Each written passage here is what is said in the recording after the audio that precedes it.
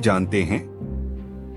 इतिहासकार और उनका समय 24 अगस्त को दोपहर 2 से 3 बजे के बीच मेरी मां ने उनका ध्यान असामान्य आकार और दिखने वाले एक बादल की ओर आकर्षित किया। मैं इसकी आकृति का वर्णन देवदार के पेड़ से तुलना करके सबसे अच्छी तरह से कर सकता हूँ।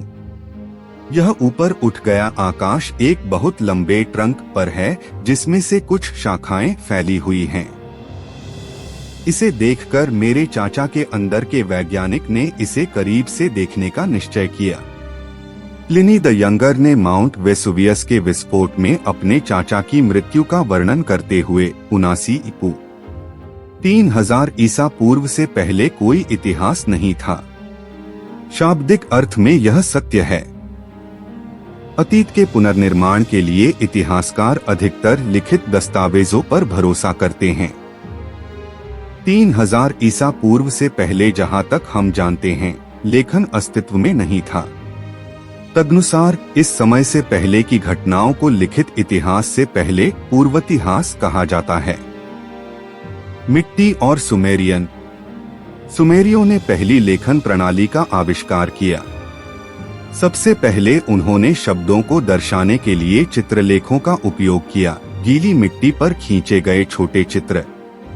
एक पक्षी का चित्र मुशेन पक्षी का प्रतिनिधित्व करता है। एक मछली शब्द मछली। सुमेरियन शास्त्रियों ने तुरंत पता लगा लिया कि चित्रों को एक साथ जोड़कर नए शब्द कैसे लिखे जाते हैं। महिला और पहाड़ के संकेतों ने मणि गुलाम लड़की का उत्पादन किया। सुमेरियन अपने दासों को पहाड़ी जनजातियों से पूर्व में ले गए। अंतः चित्र एक पच्चर के आकार की लेखनी द्वारा बनाए गए अमूर्त पैटर्न में विकसित हुए। इसे क्यूनिफॉर्म लेखन कहा जाता है, जो लैटिन शब्द क्यूनस वेज से लिया गया है। सुमेरियों ने क्या लिखा? अधिकतर सूचियां, लोगों और संपत्ति की सूची, व्यापार के लिए सामान की, दासों के लिए भोजन राशन की। कानूनी दस्तावेज हैं, विवाह रिकॉर्ड, वसीयत, अनुबंध, बिक्री के कार्य और स्कोर द्वारा कर रिटर्न। एक सुमेरियन कहावत है, आपके पास एक स्वामी हो सकता है, आपके पास एक राजा हो सकता है, लेकिन जिस व्यक्ति से डरना है वह कर संग्रह करता है। अब तक बरामद 15 लाख मिट्टी की गोलियों में से 75% ऐसे मामलों से संबंधित हैं। हालांकि उनमें कविताएं और महाकाव्य बिखरे हुए हैं। दुनिया का पहला साहित्य किसान का पंचांग है, नुस्खे भी हैं। यह लगभग 1700 ईसा पूर्व अक्कड़ से आता है।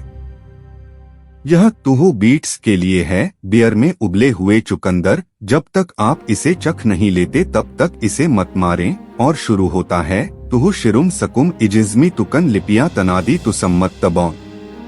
मोटे तौर पर आप चुकंदर को प्याज के साथ उबालते हैं। बियर, जड़ी बूटियां मिलाएं, सब कुछ एक दलिया में मिलाएं, फिर कच्चा शुहुतिन्नु छिड़के। शुहुतिन्नु क्या है? प्याज परिवार का एक अज्ञात सदस्य। सुमेरियों ने कभी भी यह समझाने की कोशिश के रूप में इतिहास नहीं लिखा कि अतीत कैसे हुआ। पुरुषों और महिलाओं के कार्यों, आर्थिक कारकों, प्राकृतिक आपदाओं या महामारी के आधार पर। उनका मानना था कि उनका समाज तब से अस्तित्व में है जब से ब्रह्मांड की शुरुआत हुई थी, जिसकी योजना और आदेश देवताओं ने दिया था। उन्हें यह कभी नहीं लगा कि उनकी भूमि पर कभी बिखरे हुए गांव थे जो उजाड़ दलदली भूमि पर कब्जा कर रहे थे। इसकी महानता मानव श्रम, आविष्कार, दूरदर्शिता और दृढ़ संकल्प से आती है। अतीत की व्याख्या प्रथम इतिहासकार के रूप में श्रेय हेरोडोटस को जाता है, जिनका जन्म सी 484 ईपू, जो पार्थेनन के निर्माण के समय एथेंस में रहते थे। ऐसा प्रतीत होता है कि वह एक व्यापारी, एक मजबूर कहानीकार था, जिसने पूरे यूनानी साम्राज्य में व्यापक रूप से यात्रा की। उसने अवश्य ही एक मनमोहक साथी बनाया होगा, जिससे वह जिस किसी से भी मिलता था उसे बातचीत में शामिल कर लेता था।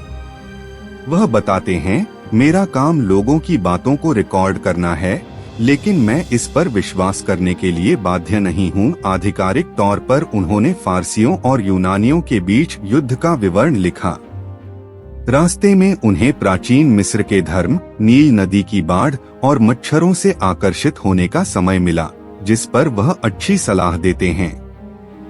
हर कोई अपने लिए एक जाल उपलब्ध कराता है, जिसका उपयोग वह दिन में मछली पकड़ने के लिए करता है और रात में अपने बिस्तर के चारों ओर लगा देता है और सोने से पहले उसके नीचे घुस जाता है।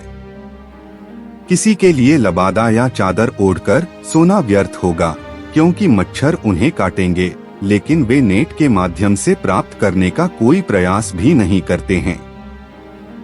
शास्त्रीय विद्वान और कवि पीटर लेवी कहते हैं, जिस चीज ने उन्हें पहला गंभीर इतिहासकार बनाया वह है उनका महान दायरा और सटीक फोकस का संयोजन। एक कहानीकार के रूप में उनकी कल्पनाशील शक्ति और उनका तर्कवाद, सच्चाई के साथ उनकी चिंता। वेसुवियस इतिहास में एक केस स्टडी। रोमन काल में प्लिनी दंगर ऊपर उद्धृत वेसुवियस के विस्फोट के अपने शानदार विवरण के साथ एक योग्य उत्तराधिकारी साबित हुआ। वह सिर्फ 17 साल का था जब ज्वालामुखी फटा, जिससे पोम्पेई और हरकुलेनियम शहर नष्ट हो गए। उनके वृत्तांत ने आधुनिक ज्वालामुखी विज्ञानियों को घटना का पुनर्निर्माण करने में मदद की है।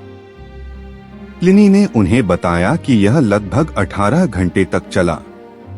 वहां चीड़ के पेड़ के आकार का एक बादल था, गर्म गैस, चट्टान और राख का एक घना स्तंभ जो आकाश में 20 मील ऊपर तक उछला हुआ था। लगभग 12 घंटे के बाद विस्फोट की तीव्रता कम हो गई। वेसुवियस के पश्चिमी ढलान पर 100 मील प्रति घंटे की रफ्तार से गर्म राख के एक विशाल बादल को उछालते हुए स्तंभ ढह गया। 4 मिनट के भीतर यह हरकुलेनियम तक पहुंच गया, इमारतों को नष्ट कर दिया, लोगों को जला दिया या दम घोंट दिया। एक दूसरे उछाल ने पोम्पेई को तबाह कर दिया। 1981 में माउंट सेंट हेलेंस के विस्फोट के दौरान वैज्ञानिक इन तथाकथित पायरोक्लास्टिक प्रवाह की गति और शक्ति से आश्चर्यचकित थे। उन्होंने जंगलों को पलट दिया और 80 मील प्रति घंटे की रफ्तार से जा रही एक कार को अपनी चपेट में ले लिया। प्लिनी इनमें से एक उछाल की रिपोर्ट करता है और भाग्यशाली था कि इसमें उसकी मृत्यु नहीं हुई। मैं पीछे देखता हूँ, एक घना बादल हमारे पीछे मंडरा रहा है, जो पूरे देश में बाढ़ की तरह हमारा पीछा कर रहा है। आग वास्तव में कुछ दूरी पर रुक गई, लेकिन अंधेरा और राख फिर से आ गई। उनमें से एक बड़ा वजन था। उनके चाचा इतने भाग्यशाली नहीं थे और स्टेबिया में नेपल्स की खाड़ी के पार उनकी मृत्यु हो गई। वेसुवियस फिर से फूटेगा। एकमात्र प्रश्न है कि कब। अब ज्वालामुखी के साये में रह रहे लाखों लोगों पर खतरा मंडराने लगेगा। दार्शनिक जॉर्ज सैंटाइना ने टिप्पणी की, जो लोग अतीत को याद नहीं रखते वे उसे दोबारा जीने के लिए अभिशप्त हैं। हेनरी फोर्ड ने इतिहास को बंक कहकर खारिज कर दिया। एडवर्ड वाल्डो एमरसन ने कहा, कोई इतिहास नहीं है, केवल जीवनी है। पर्सी बिशे शेली ने इसे काव्यात्मक ढंग से कहा, इतिहास मनुष्य की यादों पर समय द्वारा लिखी गई एक चक्रीय कविता है। शेक्सपियर संक्षेप में कहते हैं, अतीत प्रस्तावना है, भविष्य यहीं से शुरू होता है। पहले इतिहासकार हेरोडोटस ने अपने काम के लिए मामूली लक्ष्यों का दावा किया कि मनुष्यों के कार्यों को भुलाया नहीं जा सकता। शीर्षक पृष्ठ पर उन्होंने पूछताछ या शोध के लिए हिस्टोरिया ग्रीक लिखा। तभी से अतीत की जांच करना इतिहास कहा जाने लगा है।